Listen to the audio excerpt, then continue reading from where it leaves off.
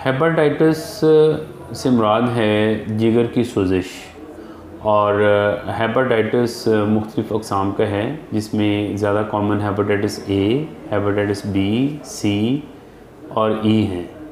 तो hepatitis C जो है ये हमारे एरिया में और पाकिस्तान में काफ़ी कॉमन बीमारी है, जो आम तौर पे एक दायमी बीमारी की शक्ल में सामने आती है।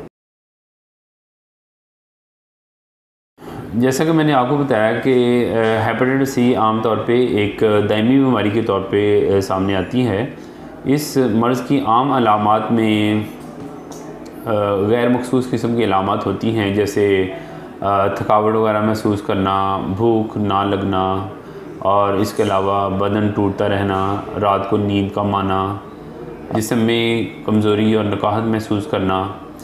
जो ये मर्ज़ पुराना होता जाता है, इस मर्ज़ की अलामात में शिद्दत आती जाती है, और जो शदीद मर्ज़ की अलामात हैं उसमें पेट में पानी पड़ना, टांगों में सोजिश होना, और कै ज़्यादा शिद्दत के साथ आती है, भूख कम लगती है, बाज़ दफ़ा खून की उल्टियाँ भी आना शुरू हो जाती हैं, काले रंग के बखाने आना शुरू हो जाते हैं।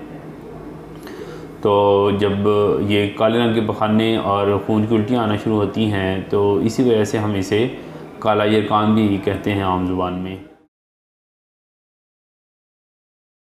हेपेटाइटिस सी फैलने की सबसे बड़ी वजह यह है कि ये जरासीम एक शख्स के खून से दूसरे शख्स के खून में मुंतकिल हो जाता है। तो अब ऐसे तमाम तौर तरीके जिससे खून एक शख्स से दूसरे शख्स में मुंतकिल होता है, उसमें हेपेटाइटिस सी भी मुंतकिल हो सकता है।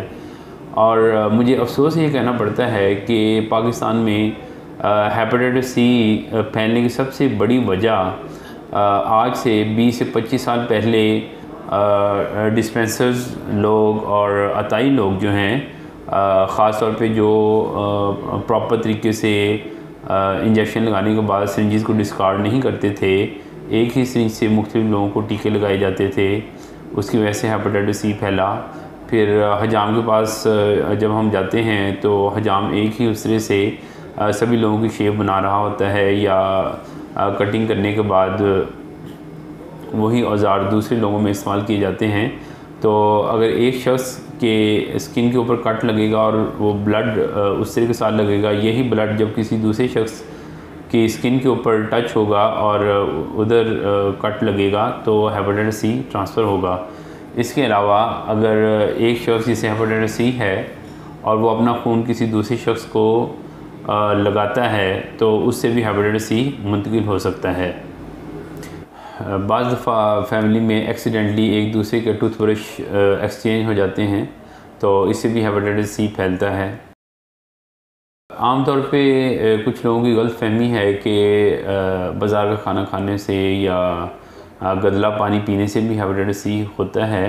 हेपेटाइटिस सी जो है वो बाज़ारी खाना खाने से या आलूदा पानी पीने से नहीं होता। हेपेटाइटिस ए और हेपेटाइटिस ई आम तौर पे आलूदा पानी पीने से होता है।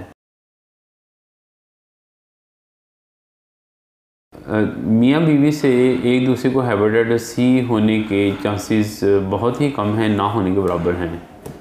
अगर इसे परसेंटेज में देखा जाए तो इसके चांसेस तकरीबन 0.3% तक बनते हैं, जो कि इंतहाई कम है। अगर हम हेपेटाइटिस सी की वजूहात पर गौर करें तो हम बआसानी इस चीज़ को समझ सकते हैं कि हम हेपेटाइटिस सी को किस तरीके से रोकेंगे। तो अगर हम हजाम के पास जाते हैं तो अपना ज़ाती उस्तरा लेकर जाएं और उसे कहें कि आप किसी दूसरे शख्स का उस्तरा मेरे लिए इस्तेमाल ना करें। इसी तरह अपने टूथब्रशेस को अलग रखें, और ब्लड ट्रांसफ्यूजन करने से पहले आमतौर पे ब्लड लेबॉर्ट्रीज़ में अच्छे तरीके से इस बात की तसल्ली की जाती है कि जो ब्लड डोनर है उसमें हेपेटाइटिस सी का जरासीम मौजूद ना हो, जो एक अच्छा अमल है।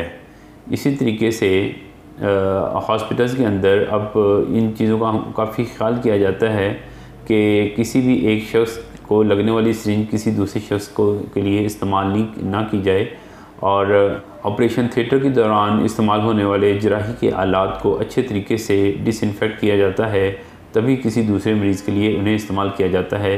इस तरीके से हेपेटाइटिस सी के फैलाव को बआसानी रोका जा सकता है।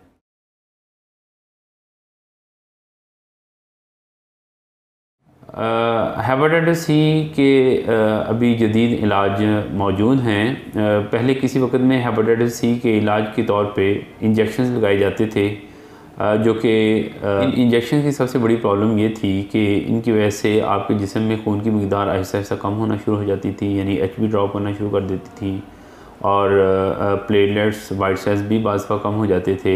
यानी सिंपल वर्ड्स में ये कह सकते थे कि ये इंटरफेरॉन थेरेपी के साइड इफ़ेक्ट्स काफ़ी ज़्यादा थे और इन्हें टॉलरेट करना मुश्किल होता था।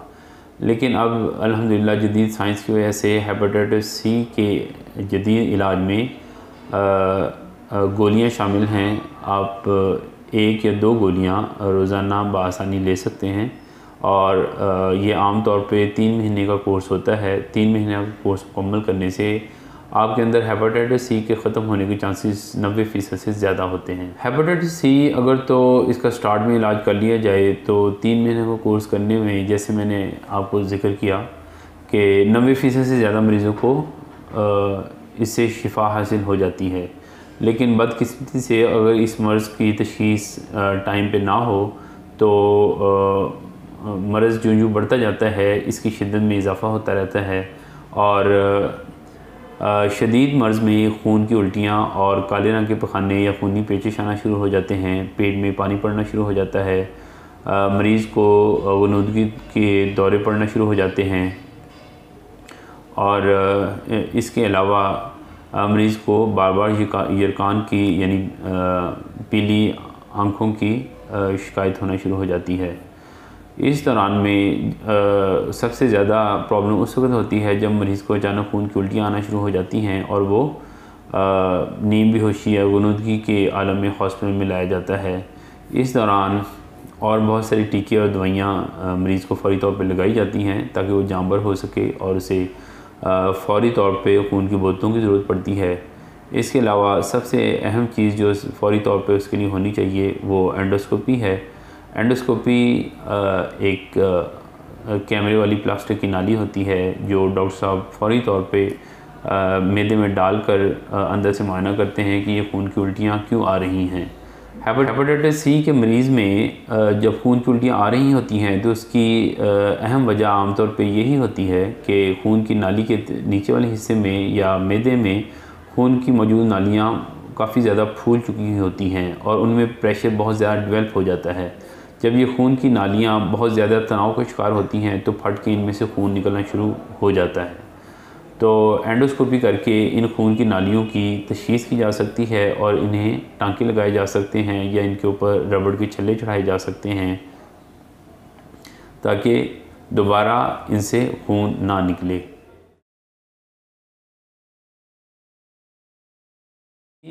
की तशख़ीस होने के बाद अगर तो इसका प्रॉपर तरीके से इलाज हो जाए और PCR रिपोर्ट में हेपेटाइटिस सी RNA अनडिटेक्टेबल हो तो फिर तो कोई परेशानी वाली बात नहीं होनी चाहिए।